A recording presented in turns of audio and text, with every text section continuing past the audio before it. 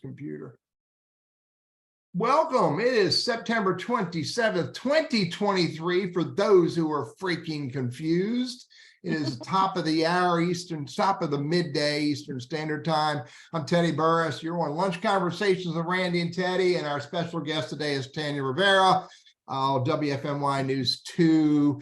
And we'll tell you a little bit more about our special guest in a minute as I get myself set up and introduce myself to everyone. For those who don't know, there might be one or two people in the audience who've never met me. I'm Teddy. I'm a LinkedIn strategist. I work for a company called Burriss Consulting, which means I work for my wife and she pays me peanuts, a little bit more than Randy gets paid for this gig. We teach people how to use LinkedIn as a business tool in all kinds of spaces and all kinds of roles. Love to do seminars, webinars, workshop, and I bet you some of our audience absolutely know that I love to stand on a street corner and proselytize about the power of LinkedIn as a business tool. Hey, Randy, I got my ducks in a row. Do you have yours in a row? I do, yeah. I just herded them all together. I went to your LinkedIn and Facebook and shared those on mine. So we are ready to roll for yet another week. Randy Wooden with Goodwill Industries of Northwest North Carolina, director for our professional center based here in Winston-Salem. But I have clients hither and yon. Teddy, can I say that? Can I say use yes, that? Man, hither and yon. And it is my birthday today. So, Ted, I just want it to be stated for the public record that I am a devoted person to this program. And I expect a little something in my next paycheck whenever that might happen to arrive. Just throwing that out there. But Randy some cookies. Every Wednesday, Teddy and I get together. Been doing it for over 3 years now. Believe that? Over 3 years, started back in April of 2020 when COVID hit. And we said, hey, let's put together a show, have a little fun, learn some things about job hunting or professional development or just topics that really are of interest to us. And so every Wednesday we have a topic, and today's no exception. And we're going to learn some of the insides of what goes on behind the scenes with reporters, TV reporters. And Tanya Rivera will join us. And if you have comments or questions for our guest, put them in the chat area, and we'll keep an eye on that. I'll do that. Try to work them in where appropriate. So, Teddy, let me throw it back to you to get it started. All right, buddy. Well, anyway, again, happy 31st times 2. So I'm going to tell everybody how old you are. Hey, I'm a media major, so I can slow it down or just a little slower, and I'll get on. I'll get on it. But yeah, happy to be around and breathing. Yeah. Hey, our special guest today is Tanya Rivera. Tanya, listen to this. She's been working for WFMY News 2 20 years? 21. Yeah, straight out of high school. I'm telling you, and I catch her. By the way, can I say this publicly that it's the only news channel I watch on the big boob TV thingy? Oh, thank you. I appreciate that. Yeah. And I usually catch you, and then I go get a beer or get something to eat, and I come back and I watch that 6:30 show, and then I go play. So, but anyway, 20 years in at FMY, WFMY News 2, or stories and events and newscasts focused on lots of conversations. And by the way, what is I didn't write it down. 2-time Emmys. Mm-hmm. Yeah. What were the 2 shows? Do you remember? So they were actually a compilation of news stories. Okay. One was a compilation of consumer news. That is kind of what I do. Yeah. Driveway backup dangers and things of that nature. And the other one was another reporting segment. So, I mean, this is what I love to do. So I was really happy to be able to be awarded by my peers for it. So that was a great thing. Yeah, and Tanya, you're a Triad current native, but you're not originally from the Triad. Right, South Florida. Grew up and went to University of Florida in Gainesville. Go Gators! Yeah, I got to get that in. There you go. We're going to talk a little bit about what else you did down there. Some other big thing that you did that sort of may have cascaded you in. Oh my God, this is fun. We'll talk about anything else that you want to share that I didn't share about who you are today. I was going to say about the reason why I'm the grown-up who gets to do TV is because when I was a kid, I got to read Sunday Funnies at a Miami TV station. It was a program for kids to watch on Sunday mornings. And so I did that for a long time. And one day they asked one of the kids to volunteer to interview the mayor about the Orange Bowl parade. And I like raised my hand. Nobody of the other kids wanted to do it. And then as I'm talking to this mayor, I'm thinking to myself, I get to ask questions. They tell me stuff. I get to find out new and important things. I'm like, I want to do this. It was really cool. Randy and I can relate to that. That's all we do. It is a lot of fun. We learn as we go. And one of the other than it being fun, is that we actually learn things, actionable stuff, and get to do things and help us to do a better job of helping other people, whether it's job hunting or just in general. So good stuff. Looking forward to it. Again, if you have comments or questions, put them in the chat. I'll keep an eye on it. Teddy, let's. Yeah. Let it go.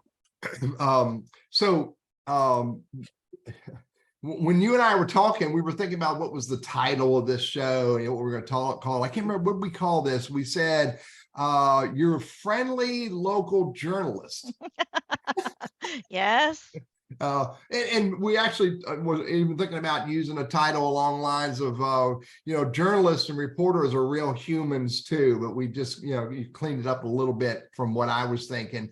Talk a little bit about, in a big picture as a local journalist, you live in the town, you shop in the town, your kids go to school in town. Talk a little bit about, how you tie that together. I think that people look at TV people and they see them in the box, right? Because you watch us in the box and you think that we stay there all the time. It's kind of like your kindergarten teacher, right? If you saw your kindergarten teacher out somewhere else besides school, you were like, what are they doing? Why are they there, right? But we are in your community. So we are shopping at your Walmart or your Target or in the line at Food Lion with you. We are going to the fair. We, have kids who grow up in the school system. We go to the same kind of churches that you do. We go to the same restaurants that you do. We have the same problem with loose leaf collection, right? I mean, we have the same issues and we are living in the same community you are. When I think of News 2, News 2 is 74 years old this year, which means that we've all grown up together. We've all done health scares together, downturns in economy, changing how things work. We've all done it together. So whether it's a living person or WFMY News 2 as a whole, we've all kind of grown up together. We're all community. Yeah, got it. Here, wait a minute, Randy, wait a minute. I'm going to play off two things, if I may. Android or iPhone? Say that one more time. Android or iPhone? iPhone, all the way. And in the context of if I saw my kindergarten teacher walking through Walmart, I would want to know what kind of drugs that woman's on. So, Randy? Yeah, I just wonder too, as somebody who's in the media, do you feel like you need to be on all the time? I understand you don't put all the bunch of makeup and the whole thing. I mean, you're doing your day to day, but do people approach you and say, "Hey, I got a problem. I want you to track down for me"? Oh, and sure. you feel like you almost have to be on all the time, and you can't. There's really nowhere to hide because it's a small town. I don't feel like I have to be on. I don't feel like I have to, be dressed to the hilt all the time or whatever. You're going to see me in pigtails and a baseball hat on the weekends just because I'm like everybody else. I don't want to dress up and I don't want to do stuff on the weekends. And I don't mind at all when people say, "Hey, I know you and I have this story," or, "It's nice to see you out," because I feel like if people aren't watching you, then you don't have a job, right? So, okay. Yeah, makes sense. Yeah, I'm with you. So, and by the way, Randy may know this, that for years, I said to myself, when I go out in public, I want to be as presentable as I should be, whatever that is. And that meant for me, no dirty t-shirts. And, I had no dirty looking clothes. I couldn't go to Lowe's looking like a bum that was out working on the deck. I don't care anymore. So, congratulations, Teddy. The torch has been passed. That's right. We're all human, right? We have to look presentable to a point, but when you are in the middle of that, home project and you have paint from head to toe and you have to run to Lowe's that way, that's just how it works. You're a real person. That is, yeah. So I duck behind the seasonal stuff so they don't see me, and I'm joking. All right, so Tanya, you got a lot of different. You wear a couple different hats, i.e., a couple different types of segments and shows, which, by the way, comes with the territory now, doesn't it? It absolutely does. Yes, Yeah, for yeah. sure. Let's talk about one of them. Okay. Two Wants to Know. Mhm. Talk a little bit about what that is, and how that serves our community, which, by the way, is a big piece of our conversation today. Well, Two Wants to Know is a brand that WFMY News 2 had long before I was here. Okay. For folks who have been here for a long time, you might remember that they did an investigation into like expired baby formula. This was like in the late 90s, that kind of thing. So they've always kind of had that consumer investigative bent on that. And then about 10 years ago, we decided to launch it as an entire newscast. So all 30 minutes is going to be consumer investigative, that kind of thing. And it really was designed to save you time, save you money, save you frustration. I mean, our whole thing was life is complicated. Let's learn stuff every single day. Let's pass it on. That these are things that are in our everyday life that could make life better. And so that is kind of how it morphed. Even before we started doing the newscast, when I joined Two Wants to Know, we did a story called Apartment X, and that was about online sexual predators. And that was something that was really big in our community in those early 2000s, mid 2000s. And so I think it's always been a show or a segment or a focus of the station to really what is going on with the community and what is it that we need to address, whether it be time, money, safety, whatever it is. Yeah, I'm with you. And I love the show. I mean, because I never know what I'm going to hear. I never know what you're going to talk about.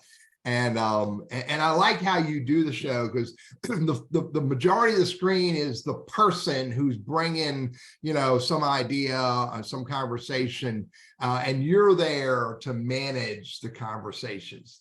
Yeah. So and that kind of morphed. Two Wants to Know, that 5:30 newscast has morphed over time. During COVID, what people really wanted was access to experts that could tell them something about jobs or about stimulus or about taxes or about whatever it happened to be. And so we kind of changed that. And Teddy, you've been part of that. You've been one of those experts that were on. And what we do is we bring the experts to the people and we allow them to text in questions so that, we ask like our neighbors, we ask our spouses about things. Would this work or would that work or whatever? You know what? No, let's ask the expert who actually knows and let's get the answer right then and there. And for total clarity, Tanya did not bring me on the show to talk as the expert of how to manage a wife, because I've been married for 45 years and I know my place. That might be the show to have one day. Maybe so. I know my place. So, all right. So, in the context of Two Wants to Know, and bringing subject matter experts to talk about what's going on, and wait a minute, no. This is, I need to move. I think this is call to action. So there's a couple of different things underneath the umbrella of Two Wants to Know. So we have that newscast, right? The 5:30 newscast that we do from 5:30 to 6 every single day. I do stories usually in our 4:30, our 5, and our 6, usually 3 different stories that deal with some kind of consumer element or some kind of news of the day element that gives you extra context that you wouldn't normally get. And then we have a group called Call for Action. And they are the ones who are constantly working consumer stories. Yeah, so let's talk about that, because that's where I want to bring that up and then ask you a question about call to action, group of volunteers. This was intriguing to me. Talk a little bit about what that show's about. This is fantastic. So Call for Action is a group of volunteers, and this is a nationwide organization, and they train the volunteers who are at your station to learn how to mediate and educate consumers when they email or call in with a consumer issue. I mean, we get hundreds of emails and calls in a week's time of people who say, this business is not accepting my warranty. They're not fixing this. I gave this person money to fix something. They're not doing it. This company is overbilling me and they're not returning my calls, all those kinds of things. And so this group of volunteers, we have 7 of them right now. They're all retired from different backgrounds. We've got a banking executive, an insurance person, someone who was a nurse, someone who was an electrical engineer. And the national organization kind of trains them how to learn how to mediate, how to talk with other businesses, how to get paperwork, because we don't work any cases without paperwork. And so over the last 20 something years, these volunteers have gotten back millions of dollars in refunds, in repairs, in billing, and all of that kind of stuff. And so we invite people, if, hey, you know what, you want to volunteer? Come on in. We'd like to have another day where these volunteers, they only come in Tuesdays right now for like 3 hours, and they work those cases. Yeah. And I didn't realize this. There's a national organization that is the foundation of this, or the model? Of Call for Action. Yep. Of Call for Action. Yes. Yeah. And they track how many cases they have. They help give them guidelines so that they all kind of work the same way. And it really just is being a consumer advocate. And these, sometimes they end up being TV stories, but the main purpose of this entire group is that they solve and help consumers solve their issues. Something too. Go ahead, Randy. I was going to say something I wonder too is if it is national. So let's say you've got a company that's taking advantage of somebody here in the Triad area, but they're also taking advantage of somebody, let's say in Detroit, Michigan, or wherever. If this thing's national, do you folks communicate with the folks in, say, Michigan and others to say, hey, listen, we have helped resolve an issue with this particular organization, this company. It sounds like they're having the same issue in Michigan. Do you guys crosstalk to be able to help more corporate wide? So not No. WFMY, but Call for Action would. They have a meeting of all of the Call for Action volunteer heads every single year. They're in constant communication with them. So they do that. Yes. Yeah. So that's good. Volunteer head in here, or is there another person? No, there's a volunteer head here. Oh, yeah, no, Ron's been doing it for 20 something years. Who is it? His name is Ron Bruner, and he is just a fantastic man, fantastic volunteer, has a great heart for people. I mean, my volunteers, I walk in there, every Tuesday, and we talk for a while, assessing cases and things of that nature. And they're hooting and hollering as I'm coming in, because they've developed camaraderie together. Yeah. This is like their fun office space together, but they're solving problems all at the same time. Yeah, real cool. I need to figure out how to get to tell people, how to point people to this. If somebody wants to be a volunteer, I need to get the URL or email address and share that with folks if they want to play in that space. Randy, you want to grab chat or not? Well, I just saw that Don had posted something. Let me read it, make sure I follow it, and we'll get back to it. But I'm always curious. You mentioned the show, the Two Wants to Know, started many, many years ago. And you say it's morphed some over time, or what was the impetus? How did it get started, if you remember, and how has it morphed over the years? Okay, so it's morphed over the years, where it used to be just a unit of people, like maybe 4 or 5 people who were working on stories, and they would turn stories like maybe once a week or something of that nature. That was like back like 20 years ago. And when I started in Two Wants to Know, that's what we were doing. We were doing special stories, special long form consumer pieces and investigations that would play like once a week. It would be a special story that you would see on the newscast. And then that 10 years ago, it was kind of like, hey, we have a pocket of time, and what are we going to do with this pocket of time? And the thought was, let's do this. Let's create a new show. And so that was a really cool thing to be at the beginning of that, because it was kind of like, okay, Tanya, you and your group, you figure out what the show should look like and what the show should sound like and what kind of elements should be in the show. And so we did that 10 years ago. But now, just like anything else, if your viewership is asking for something different, or the times have changed, and COVID changed times, it became that we want more time, or we need a block of time where experts are answering questions that are much more long form. TV stories are what, a minute and a half. Sometimes if they're long form, they're 3 minutes. But when you can have an expert get into the nitty gritty of what needs to happen, why your taxes are being, rebuffed, why this isn't working with the DMV, why your stimulus check isn't showing up, or whatever else, and what you need to do with that. Sometimes you need more than like 30 seconds to answer that. And so that's why it morphed into it. And now it's morphing again. We're doing something during the 5:30 called Dig Into It. And so sometimes it's a 15 minutes with an expert, and then sometimes it's the other 15 minutes is we're digging into something, which is whatever the story may be of the day, but we're giving you more information than what you're going to get on the regular 5 and 6 o'clock news, because they can give you a minute and a half on that subject. And we're going to kind of do all of the little nitpicky details. And if we miss the show live, then I assume we can catch it on the website as well. So there's, and, you know, it's streamed like everybody else, right? absolutely. We've got WFMY Plus, and we've got YouTube, and all those things are there for sure.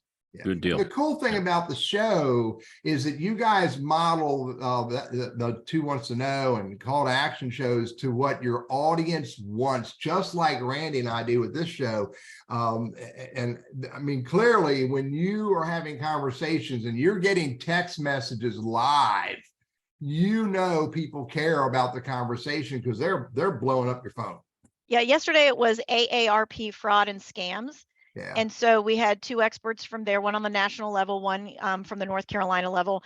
And it really just was something where, I mean, people want to know, what do I do with these calls from Medicare? What do I do with this? What do I do with that? How do I pinpoint that there's something wrong there? What do I do with my dementia mom or dad from picking up the phone and giving bank information? And so they had great insight to that, which again, you're not going to get in 30 seconds somewhere else.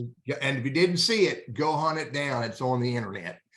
So, all right. So you talked a little bit about how to decide what to investigate. One of the biggest things is if we don't have paperwork and documentation, you don't investigate anything.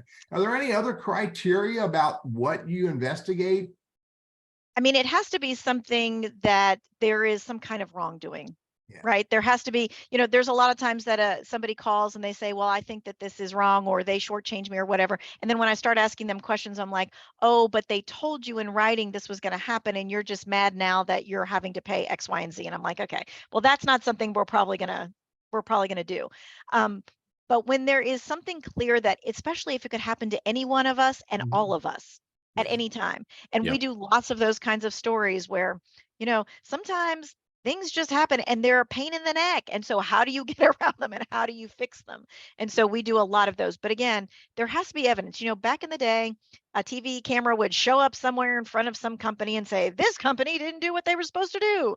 But they never asked the company for anything. They didn't give them more than a day or two to get their, you know, response back. And you have to be able to do that, to really do a story correctly and to really do the best service for everyone who's watching.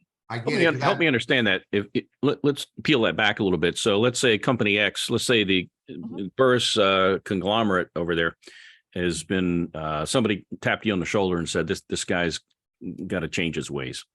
So do you give what I'll call fair warning or whatever to Burriss International that, hey, there's something we want to sniff around and figure out what's going on? I mean, how much lead time do you give the company to in effect cover their tracks? Well, I mean, you have to know what you have first. So I'll give you an example. I had a lady who she had a check and she dropped it in a mailbox, and a scammer picked it up and rewrote her check for $6,000 instead of $60 to the cable company. And so the bank, it was in their fraud department, but it had been in their fraud department for 3 months, and she was out $6,000.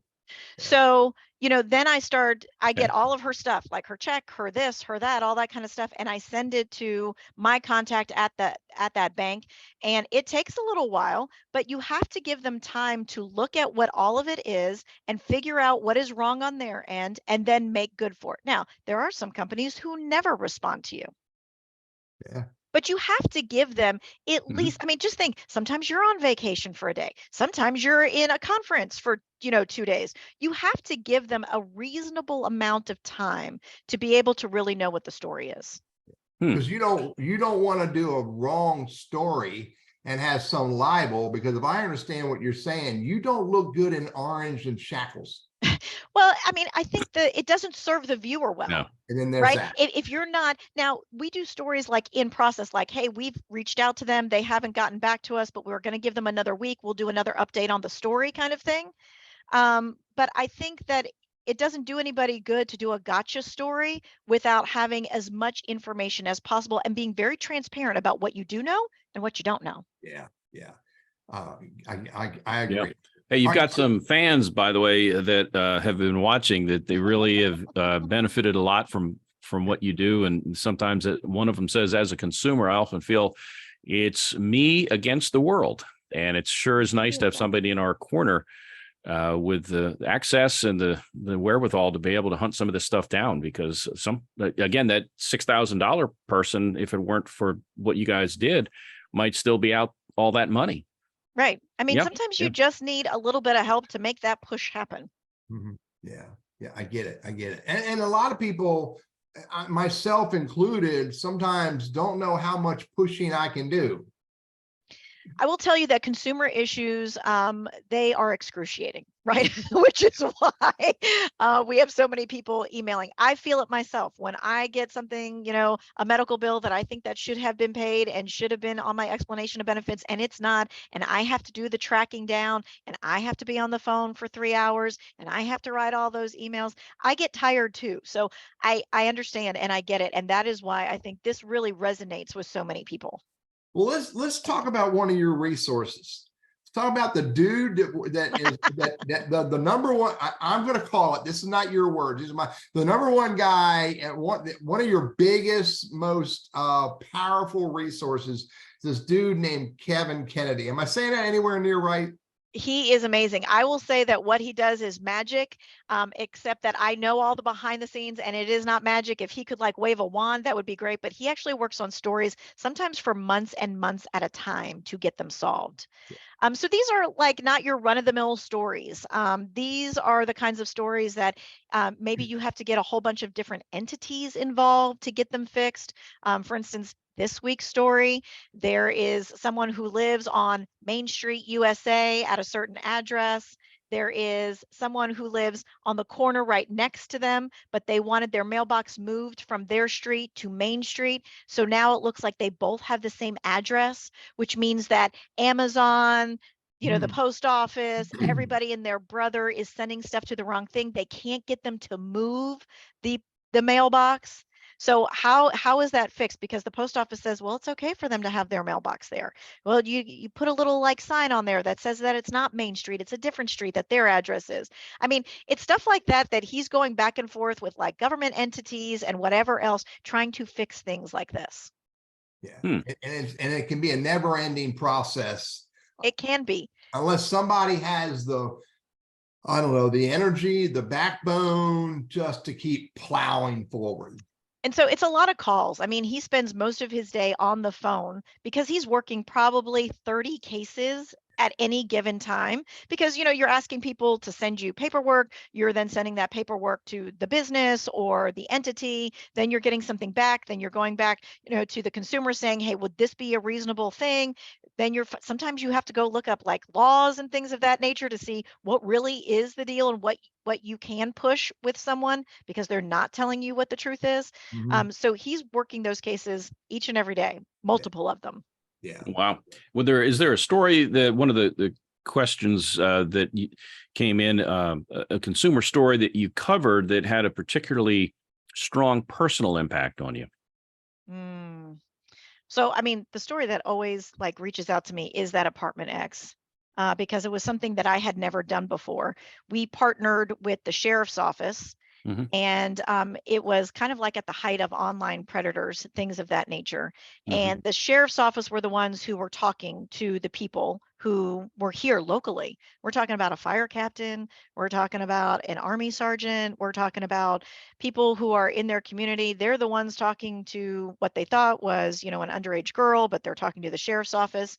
And the sheriff's office had an actual apartment, and it was Apartment X. And so when those people took the next step and knocked on the door, I was there waiting for them with cameras and everything, asking, what were you thinking? What were you doing? Who are you here to meet? That kind of stuff. I mean, and that was a scary thing, to be that close to someone that you don't know what they're going to do. Sure. It was also a scary thing to think like their entire life and their family's lives are about to change when they come through this door. In a very ugly way. in a very ugly way. And I think people think that journalists or whatever would be like, ooh, that's cool. I want to see them do that. And I was always kind of like, I'm just going to pray that you don't do that, that you don't come through the door, that you see that what you're doing is wrong. Because in the big scheme of life, we're all here together as humans, right? And nobody wants that kind of ick. Now, we may dive into a little bit more on that topic, but Teddy, we're halfway through. If you want to do the 30 minute. Yeah. Hey, you're on Lunch Conversations with Randy and Teddy. Our special guest today is Tanya Rivera, the WFMY News 2, and we're talking about some of the shows that she does and some of her involvement, all kinds of conversations. And Tanya is proving to us, with no doubt in my mind, that she's a real human and she's not AI in this conversation. So Tanya, I really appreciate this. This is good stuff. And our audience has got a lot of questions and points. Any other questions, drop them in chat. Randy will Randy's playing the producer role today. Is that the right term, Tanya? He's playing producer role? Sure. Yeah. The fact we let him show his face on. Can I add that to my resume, Teddy? Is that sure? You got to keep the time, right? You got to keep what's coming up next. Yeah. I want to go back to this whole thing about remember the show, what is it, Catch a Predator or whatever. I mean, there's no guarantee that the guy's not going to pull out a gun. I mean, this the whole safety issue. So have you had close brushes with, some serious stuff going down? I mean, physical harm kind of thing? Yeah. In that case, there were sheriff's deputies that were within 3 steps of me behind a door. And the way that we did it, we practiced it to make sure that there was a table in between us. So at least, physically there was going to be like 5 feet. Mm-hmm. And everything was wired with TVs, so they could see everything that was happening. What does your family say about that, Tanya?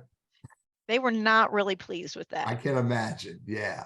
They make you wear a. But they weren't pleased when I went to the hurricane either, to cover a hurricane. My mom was like, can you tell them that you need to be on the mainland and not on the Outer Banks? And I'm like, no, Mom, I cannot tell them that. There is an element of danger in what we do. Right. But I think we try and make sure that we are as safe as we possibly can be. Yeah, I get it. Is there a most unusual or bizarre case that you got involved in? Not take out the scariest part. That's one whole element. How about the most unusual, like the guy who bought, ordered 10 alligators or something like that and wanted to send them back? What? 10 alligators. I'm just making up something, just trying to poke you, make you think. Anything? I mean, there's always something that you're kind of going, why did this happen? Or how did this happen? Or that kind of thing. Nothing is coming to mind at the moment of crazy. One of the things, and it's not consumer, I got to interview Richard Petty. Okay. Yeah. And I asked him what this is, what's the craziest thing you ever signed? Because, he signs everything. Yeah. And he said he signed a live duck and that it had its wings outstretched. And he signed it on the back. At the duck's request, no less. At the duck's request. But, I think that we are kind of like surprised in a way every single day about something, like how the scammers are getting like the checks from the mailboxes, right? They take a water bottle and they roll it in glue and they tie a cord around it and they stick it inside the blue mailbox and they fish around for all of the letters that people have put in there, like their bills, and then they pull it out and then whammo, they have all of these checks and things that they need so that they can scam people. So I think I'm kind of surprised every day, a little bit like how things work, and then go, okay, so what is the solution here? Besides not putting your mail there at the end of the day, what is the post office going to do about that? How are they going to change their mailboxes? And so some of that is the consumer advocate. Then you start talking to the post office. Hey, what's happening with this? One of the we need to cut that out. Now we're going to tell people how to do that stuff. Oh no, they know how to do it. They know. Hey, one of the comments or questions came in about, did anything ever go crazy wrong where you were just speechless? You just shake your head and you're like, whatever, When Chad Silber was on 2 Wants to Know with me, that happened all the time because he always said crazy stuff that I was like, what are you talking about? Always curious. Yeah. And now these are recorded segments, I gather. No. A lot of cases, no. Live. Most of what I do is live. Well, like when you had the Predator people. Oh, Harmon X. Yes, that was recorded for sure. So these things are recorded so they can be edited in case there was something that needs to be, deleted, or what is it called? Well, you also redacted or whatever. Yeah. You have an hour's worth of, film. You're not going to be, or, tape. You're not going to be able to put that on TV. Yeah. Yeah. There was another question that had come up earlier, Teddy. We can go back to it now or perhaps later. I'm trying to fish around. Grab it. Go ahead and grab it. Trying to find it. We were talking about how news had changed over time. I got to look. I think Greg had short form, and long form news. You say news stories? How have they changed over the past couple of decades? I think the biggest thing that has changed is the fact that we no longer hold stories. It used to be you would hold the story for a certain day and, at 6:00 at night. Well, now that story is on the website that morning before it even airs on TV. Breaking news. Right. Well, I just mean like the special story that you do or whatever else. A lot of times we post it ahead of time before it ever hits TV. And that is because it's going to live on the web forever. And people are going to click on it well ahead of time. And that is just going to drive up all the other kinds of numbers. So to me, that is one of the biggest things that has changed, is that the phone and putting things on the website and stuff like that, that has really changed how we do things. Yeah. The delivery of the product. Because again, back in the day, you had the 3 networks and you had the local news and there was no internet, no nothing. So nothing. Stories were, I think that people are also more apt to allow us to do process stories. So back in the day, you used to have everything for the story all in that 2 minutes. Now it's kind of like history in the making. We can tell you, hey, this is what we found out. We don't know X, Y, and Z, but we're working on that. And that seems to be something that now the viewer's like, oh, I'd rather you give me some tidbits of information than no information. And then we can build on that. That's different than what has happened. It used to be that you had to have everything. And then the other thing I think is, especially with consumer related stories, there used to be lots of gotcha stories, right? We used to show up and put a microphone in someone's face without ever giving them any kind of like, hey, we have this evidence. Will you talk to us about this? And this is what we found. We don't do that anymore. And we don't take everybody on their word, because lots of people tell you all kinds of stories. And I wonder too, and I may forget the question as I'm getting ready to ask it, but it deals with what I'll call the reputation of the national news. And, we can debate that for hours versus local news. And I think, and correct me if I'm wrong, but I think the general perception for local people is that the local news is truthful. And it's not what I'll call it slanted, like a lot of people might view the national news, where they're going for, large audiences and catering to particular political persuasions.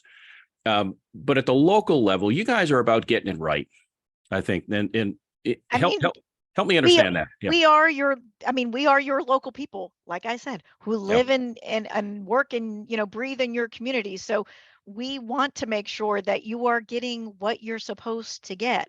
And it is different than national news, but they have a whole different way that they, kind of get news, that kind of thing. But it all kind of trickles down to, it all starts the same way. We all are, even the national people, they are talking to people on the scene of the fire. They are talking to the expert. They are talking to the government entity. We do that. We just do it on a smaller scale for sure. And you're also accountable too, because they see you in grocery stores. They see you in the community. And that was something else, Teddy, that was brought up earlier in the show. One of our viewers, I think it was the Red Cross. Was it Chan? Chan was actively involved in it. He just wanted to throw some kudos your way for your involvement with that. So, and we can talk about that too. I think that's on our list of topics if we have time, about community engagement, community events and such. Yeah, we'll get to that. Tanya, one of my grandkids refers to our local news reporters as gooder people. Gooder people? They do gooder? They do gooder. I'm so glad to hear that. I mean, that is part of what we do. For sure. Okay. All right. So we have to dispel some myths, and you've accepted the challenge of helping us dispel these myths. Okay. Your shows all look fabulous. I used the term in our chat earlier, absolutely sexy organization, presentation, screen, color, your hair, you look fabulous. It's all organized. It works like clockwork. But my hair, sometimes. Sometimes. Sometimes it works like clockwork. It is Yeah. live TV. Things go wrong. Yeah. But you told Yeah. me, and this blew me away, that you don't have a makeup artist that helps you pull this off. No, I know they do that like in the big national and maybe some of the bigger markets, but that is not what happens here. When you see your local folks, they are doing their own hair and their own makeup like 10 minutes before they get on air. And part of the reason for that is that the bulk of our job is not actually done on TV. That's what you see. Yeah. But for the 8 hours that goes on, when I get here at 9:30 in the morning, I am not thinking to myself, hey, how should my eyebrows look today? I am thinking, what stories am I pitching? Who do I need to interview? What do I need to research? How am I going to write this? What's the most important part of this story that needs to be conveyed to the viewer? How am I going to get it on the web? What other resources do I need to put on the web? And that takes hours to do. And that is the bulk of what I do. And then when you see it on TV, that is like just the last part of making it happen. Yeah, I get it. Yeah. And I wonder too, something else is what, and maybe you can break out your crystal ball before we get done today. You've already talked about how news gathering and such has changed over time and such, and maybe what you see coming down the pike. So just kind of file that away if we have time about what you see in the future. Teddy? Okay. Yeah, but it is, I get it, is a boatload of work for you to put together the conversations, the show. But there's also a ton of people who help make it happen. I get it. You for don't, sure. You don't have a makeup artist, but I mean, how many people are part of just general? I mean, the people who help you make this happen. Sure. I mean, you've got editors, right, who their job is to make all the video and all of that and the graphics and things of that nature really make it to the viewer so that you get what I'm trying to say. Like I can put up what I call wallpaper video of whatever the thing is, the topic is, but the editor is the one who either brings out words or shows certain things so that the viewer really gets, oh, that is what she's talking about. Here's the connecting the A to B to C. So we have those people who do that. We have the photographers, of course, who help us when we are gathering news or to what I call movie magic. Sometimes it takes some kind of fun effect or something like that for you to really get what we're trying to say. Yeah. Not to mention the directors who are punching all the buttons, getting everybody there. The directors now not only put you on camera, but they have your audio and they're punching up all of the video. So they're like totally multitasking in a way that is not my job, thank goodness. They have a 6,300 key keyboard. It's just ridiculous. I mean, if you want to talk about pressure, it's not the people, who are on TV as many times as it's the people behind the scenes that are making it happen for sure. Yeah. Thank you for sharing that with me, Tanya, because that really helps me validate the statement that I can't afford to pay Randy because I got to pay the editors and graphics and video. I tell you, it is a complicated thing, at least from somebody on the outside. If you've ever had a chance to get a tour of a station to see what goes on, the number of people there now in this day and age is much less than it used to be, thanks to technology, where you've got now maybe one person operating different, what I'll call keyboards and such, making it happen versus 3, 4, 5 other people. Right. We used to have someone behind every single camera. And we used to have somebody called a floor director that would tell us which camera we were looking at and this, that, and the other. That doesn't exist anymore. They're all kind of like robotic. Yeah. You look, what do you look for the red light? That doesn't exist either. How do you know which camera? Well, usually it's on my iPad that tells me I'm going to be standing at D looking at 2, but usually in my ear, the producer is the one who's making sure that I'm looking at the right spot. Mm-hmm. I have people talking to my ear all the time, but they freak me out. They're not helping me. So hey, here's a question, kind of a human interest question. If you had not become a reporter, what would you have chosen for a career? Wedding event planning. Really? Seriously, and then, part of that to me is also what I do. I'm very deadline oriented. I like a lot of moving parts. I like to be able to solve problems on the fly. I like to be able to communicate well to people about what I need them to do. So I think I would have done that. A wedding planner. Yeah. Well, there you go. Yeah. I love it. And Christy, thanks for jumping in with that. And here, look, community events. So you can't, you said if people don't know who you are and they're not paying attention to you, then you don't have a product. You didn't say it that way, but you don't have a job. Right. And one of the ways you help do that is that you show up and you participate. Chan referenced the blood drive that you're a part of. Talk a little bit more about, and it's not so much that you have to, it can be considered a part of the business, but it is more that you want to. Talk a little bit about your community event work. So the Red Cross, we do a holiday blood drive every single year. WFMY News 2 does. We do the summer blood drive. And so that is something that the station does as a whole and has long been doing that. And I love to take the newscast out there live to do that so that, again, we can answer more questions about how blood donation works and dispel some myths and that kind of jazz. But when 2 Wants to Know really kind of came into its own 10 years ago and we started doing the newscast, one of our goals was not only to live in that 5:30 newscast, but also to find out what does the community need and how can we serve them in an event form. And so that's how the shred-a-thons started happening. Knowing that people needed to shred their documents, protect their identity. So we do that once a year, and that's a huge undertaking. I mean, and that's something that is fueled by 2 Wants to Know. So I'm the one making the calls to make sure that all the things are there and all that jazz. So if you're going to complain about it, don't complain to me. I'm just kidding. We try to improve it every year. This year we had porta potties, so we're trying to help out because people they're in line for a long time. But we've also done pet microchipping, because that was a big deal for a long time. They could get their rabies shot and they could get microchipped. We did that for several years. We did an electronic dump so that if you had old TVs and electronics and stuff, it could be recycled. So we're constantly trying to think, what is the next thing that could be of service to the community? And let's do that. Idea. How do I get rid of these freaking batteries that I have that say, don't throw them in the landfill? Maybe you can have a battery collecting event. So you can take them to your household hazardous waste. That's where you can take them. I learned that from the recycling expert that I had on. Yeah, I got to go find out where that guy is because I live in Davie County. But I think I know how to find that. But I mean, my point is, the more that we have more of these battery operated devices, and I'm not talking about the little batteries. I'm talking about the big batteries. Those for there too. Yep, you can do that at household hazardous waste for sure. So cool. Randy, anything? Well, not so much necessarily on the questions there, but I had one too. I mean, when you're doing live TV,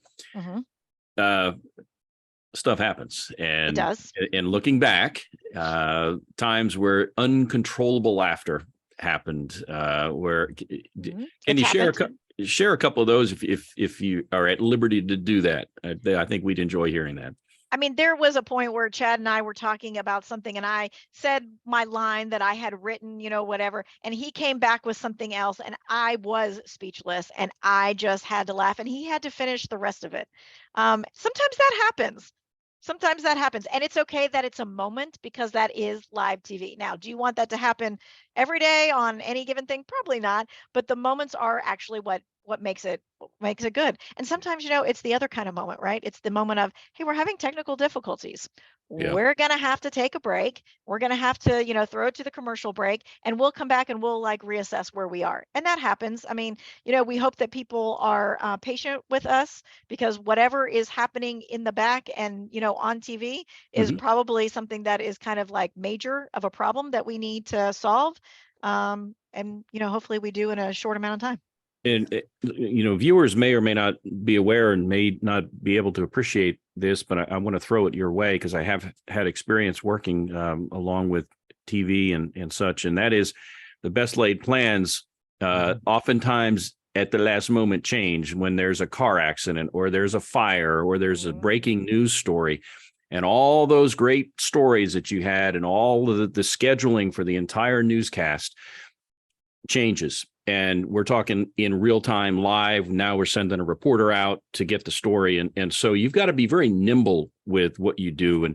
And the end product as a consumer looks awesome.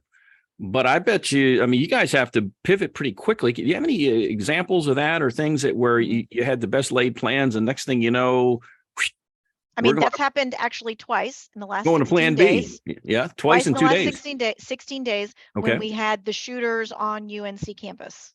Yeah.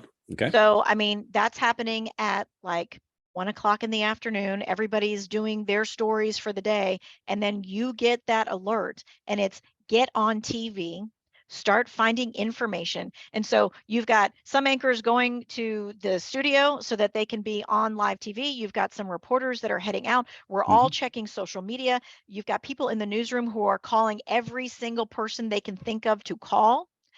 They're also like listening to social media to see what people are saying and what people are reporting, following up on that. That has been a big thing, of people saying, hey, we're seeing on social media that this has happened. Why are you not reporting that? Well, we report things that are confirmed by police departments, fire departments, government entities. There's a lot of people who have spread all kinds of stuff on social media. So you have to be very careful about what you're telling them. But it was like you said, a pivot moment. It was like, yeah, hey, in 5 minutes, you're going to be on TV and you're going to be talking for as long as we know that you're going to talk. We don't know how long. Just go. Yeah. And I would wager, and I know this from firsthand, that if the weather guy comes on and he's working this big old hurricane or tornado snowstorm, through the afternoon. I mean, I've seen some of them where nothing else is on television except for that chaos. Do you just simply pick up your lunchbox and go home? No, no. You're always trying to find more information or to add context. So whether that's getting people who are in that spot to share video if they can safely, or calling the different sheriff's departments and getting them on the phone to do a phoner. Hey, what kind of damage reports are you hearing? What are you seeing on the ground? It is always constantly reporting, always trying to find information, always trying to give context. So like for the UNC thing, while I was waiting to go on, I'm looking at the map of where things are and to see how close they are to like the other school systems and things of that nature, and how they're shutting down the Carborough city schools and that kind of stuff. So everybody has a part to play, and the part always is, what is the next piece of information that you can get? So you all have your individual shows, but you're absolutely a team when you're putting the whole thing together. Yeah, never you a have dull to moment. do that. Yeah, never a dull moment. Just when you think it's going to go according to Hoyle. Can I still say that? Is that still legit according to Hoyle? I don't know. Remember the card rules according to Hoyle? Anyway, but you've got to be able to pivot. Point is, you got to be able to change. I do want to ask if we still have a couple of minutes, Teddy. I wanted to ask about what you thought about perhaps the future of local television. And you take this any way you want, any direction you want. But I mean, back in the day, you had the 3 networks and PBS. And that was your news. You got it from there, or maybe a little on radio. But now the internet's here. And so there are a whole lot of different streams of information of varying levels of truthfulness, perhaps. But there's a lot of noise out there. How do you see local news, television news, playing a role as we go forward? What changes? Anything? Take it however you want to. I mean, I think local news is always going to have a place, because you do want to know what is happening down the street. Why is this happening at the mall? What was that sound that was over my house the other day? You want to know all those things, and local people are the one who are going to give it to you. Now, have we become more nimble doing that? Sure. We now have backpacks, right, where we can go live anywhere. We don't have to have a big truck. So I think that kind of stuff is going to continue to change, where we're going to be able to be on various like places all the time. I think it's going to be a whole lot maybe easier for us to just go live and pop in at any time. We're not going to have to wait for 5 o'clock, for 6 o'clock, for 10 o'clock, right? I think that's going to just be, I think it's going to be a constant stream eventually, and that you're going to be able to just pick, oh, I want to hear about this, I want to hear about that. And it's going to be, the 5-minute clip of this and a 5-minute clip of that. Yeah. And the web allows for that too, because it does. Now you can access the web from anywhere. And if I want to get the latest and greatest, so your job becomes an ongoing one, instead of saying, okay, we're ready for 5:30, 6:30, whatever. Now it's you're cranking out news 24/7 because the next door neighbor TV station is doing the same thing. So you snooze, you lose. It really creates. It's going to be a even lot more of work. constant than it already is. I mean, Yeah, with I think so. with the whole web thing and with like Mhm. WFMY Plus. So now we have like another, platform to be able to do that. Yeah. Facebook Lives, Instagram Lives. I mean, it is constant all the time. Yeah. Gotcha. You can find Tanya on Facebook and Twitter, which is now called X, and you can find her on Instagram. And I actually dropped her email address.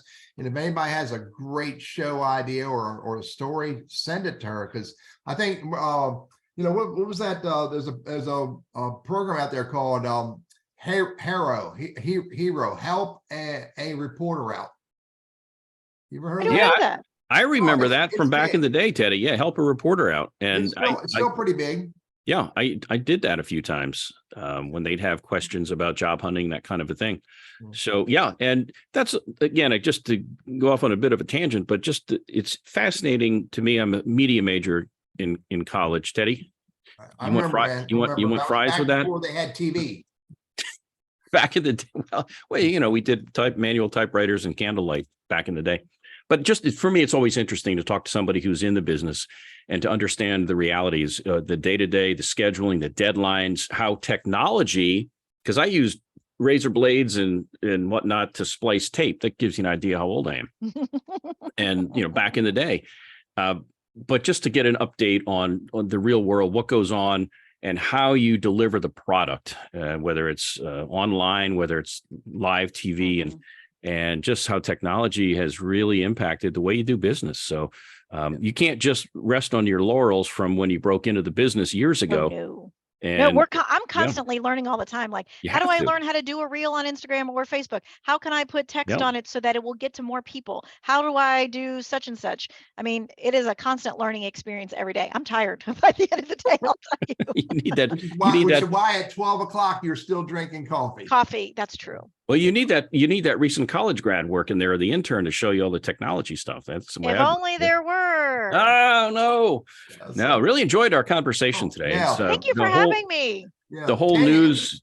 Any one statement that you want to close out with before we move to about the life of a reporter, the life of a newscaster, the life of a journalist? What I want to say is go to your trusted sources. There are a lot of people out there that are claiming to write articles. I mean, look at what you're reading, look at what you're seeing. We've got a lot of like sites that are like satire sites, but they look like they're news sites. Really know who your sources are. Yeah. Teddy, I've got a question actually popped in here. We've had a few people ask, how do I break into the business? And if you can condense that into a short version. Yep, I tried answering them a little bit. You need to go to school. I mean, so like college education there, you don't have to major in, TV. You major in journalism. You can major in political science. You have to have the groundwork there of knowing that you're going to be researching and things like that. And then you have to have hands-on experience, because nobody comes out of the womb knowing how to put a TV, thing together. They don't know how to actually work a camera. They don't know how to work the editing system. So you do have to have training.